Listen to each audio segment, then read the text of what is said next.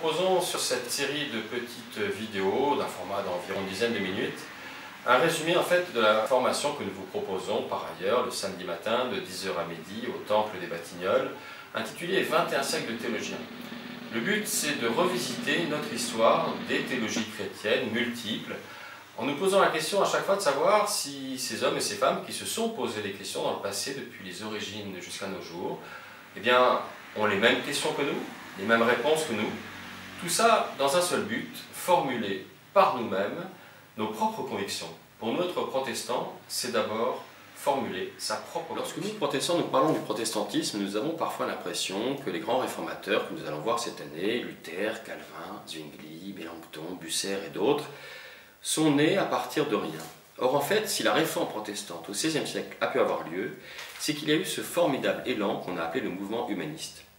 Le mouvement humaniste, c'est un mouvement qui aussi est encore contemporain, puisque certains se revendiquent de cet humanisme, et aujourd'hui c'est une valeur répandue. L'humanisme, c'est d'abord d'affirmer que l'homme est capable par lui-même, je dis bien par lui-même, de connaissance. Alors jusqu'où est-il capable par lui-même? Quel est son degré de puissance ou de connaissance? C'est un débat qui agite encore cette philosophie-là. Ce mouvement, il est né au XIVe siècle. Le premier, c'est sans doute Pétrarque. Pétrarque, dont un historien dira à propos de lui qu'il est Janus. Vous savez, cette figure mythologique à deux faces, un visage qui regarde vers la droite et l'autre vers la gauche. Qu'il est Janus regardant à la fois vers le passé et l'avenir, l'antiquité et la chrétienté, la frivolité et le recueillement, le lyrisme et l'érudition, l'intérieur et l'extérieur. Vous voyez, il y a donc cette idée de réconcilier les racines bibliques et les racines de l'Antiquité. Au XVe siècle, un siècle plus tard, ou presque, nous sommes en 1439, au concile de Florence. Le pape rassemble les chrétiens d'Orient et ceux d'Occident pour essayer de renouer le chemin du dialogue. Vous savez, il s'était séparé quelques siècles avant, en 1054, et il veut redialoguer avec ce monde oriental. Mais les théologiens ne viennent pas seuls, et ils viennent avec beaucoup de scientifiques, de philosophes aussi, mais avec des manuscrits, les manuscrits de Platon. Et on redécouvre dans le monde occidental ce philosophe qu'on avait plus ou moins mis de côté, qui est Platon. Et du coup, dans la foulée, on va essayer de repenser le monde chrétien et la théologie à partir de Platon. 1459, Côme de Médicis fonde l'Académie de Florence, l'Académie platonicienne de Florence, et il va en confier la direction à un grand philosophe, Marcille Ficin. Marcille Ficin a un objectif, concilier la philosophie platonicienne et le monde de la théologie. L'un de ses ouvrages majeurs, en 1482, c'est la théologie platonicienne de l'immortalité de l'âme. Théologie platonicienne de l'immortalité de l'âme. On est bien là dans la volonté de conciliation des deux univers, conciliation que l'on trouve aussi dans le décor, si vous regardez des tableaux du XVe siècle, où on voit souvent en même temps des ruines, et puis par exemple dans des adorations de bergers ou de mages, dans les nativités, on voit ce mélange de l'antiquité juive et de l'antiquité gréco-romaine. Donc volonté de concilier les deux.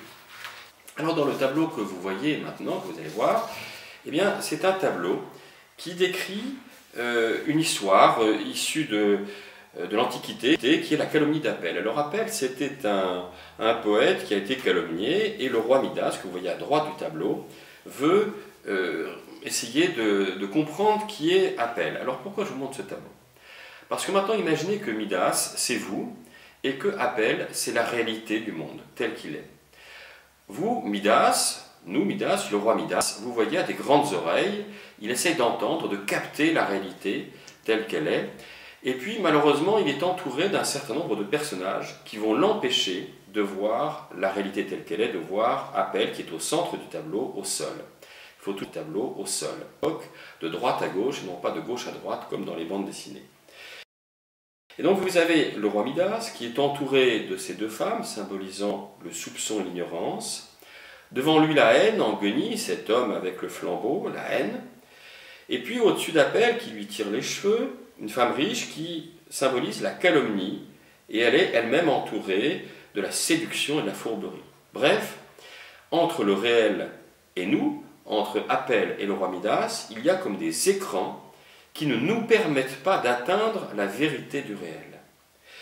Alors il y a, sur la gauche de votre tableau, cette vieille femme en noir, qui est en fait la pénitence. La pénitence est aussi un thème spirituel, mais un thème aussi philosophique. C'est le retour sur soi. C'est la remise en question qui est toujours utile dans la vie et dans les convictions. Et du coup, parce que, il faut le lire encore une fois de droite vers la gauche, parce qu'il y a cette remise en question, parce qu'il y a cette pénitence, vous voyez sur l'extrême gauche Vénus qui symbolise la vérité, et la vérité montre le doigt, la vérité nue, et la vérité qui élève le doigt, que l'on voit dans beaucoup de tableaux de cette époque, que j'appelle souvent le doigt néoplatonicien, puisque ce doigt, cet index, indique le ciel pour désigner que la vérité est ailleurs. On a donc dans ce tableau, vous voyez, le résumé de la philosophie néoplatonicienne. Atteindre le réel au-delà des apparences, au-delà des écrans qui existent entre le réel et moi. Et au travers de ce projet, il y a aussi la volonté de réconcilier l'Antiquité et le monde de la Bible, puisque dans le décor de ce tableau, vous l'avez peut-être remarqué autour, il y a un certain nombre de personnages issus soit de l'Antiquité, soit du monde biblique. Et puis, les auteurs plus tardifs, comme Montaigne, Descartes, Leibniz et d'autres, vont se revendiquer de l'érasmisme, de cet état d'esprit, de cette volonté de culture et de savoir ouverte au monde, ouverte à la philosophie. Il va être connu aussi dans le monde anglo-saxon, puisqu'il va être l'un des plus proches amis d'un grand théologien et philosophe, Thomas More, avec lequel il va partager bien des moments. Et puis il est connu dans le monde protestant parce qu'il a polémiqué avec Luther. Alors pourquoi il va polémiquer avec Luther? D'abord, avant de voir pourquoi il polémique, regardons qui il est cet homme, Érasme, ce père de l'humanisme. Certains se revendiquent encore aujourd'hui d'Érasme. Eh bien Érasme, peut-être ne le saviez-vous pas, était un moine, ça paraît étonnant, et un prêtre. Non seulement il est moine, mais il est moine augustin, c'est-à-dire comme Martin Luther. Ils sont donc très proches d'un point de vue des convictions et de la spiritualité. Seulement, Érasme, c'est un fils de prêtre, c'est un enfant qui perd ses parents très jeunes, qui a une vie difficile et qui va vouloir, sans doute dans sa vie, le savoir, mais aussi le confort. En 1517, l'année où Martin Luther affiche ses thèses, voilà qu'il devient, lui, Érasme, de son côté, le conseiller personnel de Charles Quint, l'empereur.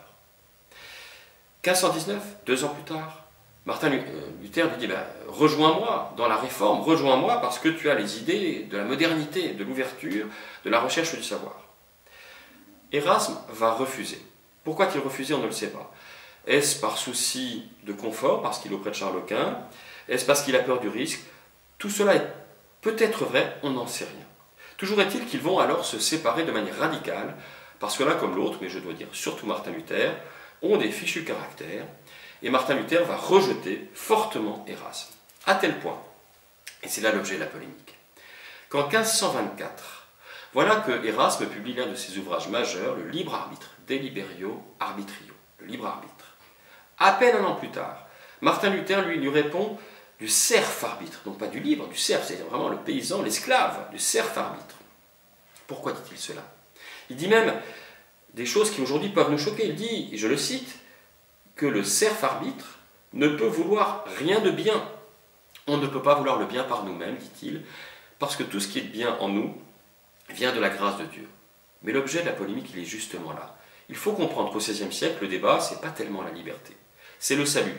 Comment suis-je sauvé? Suis-je sauvé par mes œuvres, validées par l'Église, par le pouvoir de l'Église, par les indulgences, par les prêtres, par le pape, par tout le système? Ou bien est-ce que je suis sauvé uniquement par Dieu? Et donc Luther va aller jusqu'au bout de sa logique et va dire, non, nous ne sommes pas libres dans notre identité, dans notre salut, puisque nous ne sommes sauvés que par la grâce de Dieu, par nous-mêmes, nous ne sommes capables que du mal. C'est certainement radical, mais là, le débat qui est derrière, c'est le débat du salut, parce que du côté d'Érasme, on est libre, c'est-à-dire qu'on est libre de faire le bien, libre de faire le mal, libre de trouver son salut en faisant le bien, théologie des œuvres, ou libre de faire le mal et d'être damné. Bon, c'était le débat du XVIe siècle, c'est peut-être plus le nôtre aujourd'hui. Mais voilà que ce débat va prendre de l'ampleur et que du coup, les protestants, les premiers protestants, vont en quelque sorte s'opposer à l'humanisme. Heureusement, on le verra dans les séances à venir. Beaucoup d'eau a coulé sous les ponts. Aujourd'hui, l'humanisme, c'est une philosophie qui dit que l'être humain est capable par lui-même d'un certain nombre de choses. Capable, mais jusqu'où? Mais jusqu'où? Un théologien catholique, Henri de Lubac, 1942-1943, en pleine Deuxième Guerre mondiale, en plein nazisme, en pleine horreur absolue, écrit un livre qui s'intitule « Le drame de l'humanisme athée ». Sa thèse, c'est de dire que si on veut de l'humanisme sans Dieu, eh bien on remplace la toute-puissance de Dieu, qui était soi-disant défendue par les chrétiens, peut-être pas tous, mais majoritairement, par la toute-puissance de l'homme. Et quand l'homme est tout-puissant, voilà ce qui se passe. Le meurtre absolu, la Shoah, le nazisme, l'horreur, le mal. Et donc il dit, il faut rééquilibrer les choses. L'humanisme, il revendique un humanisme chrétien, c'est-à-dire une capacité par l'être humain de faire le bien et d'accéder à la connaissance par lui-même, et pas d'être un perroquet d'un dogme ou d'un catéchisme, mais de pouvoir accéder à la connaissance.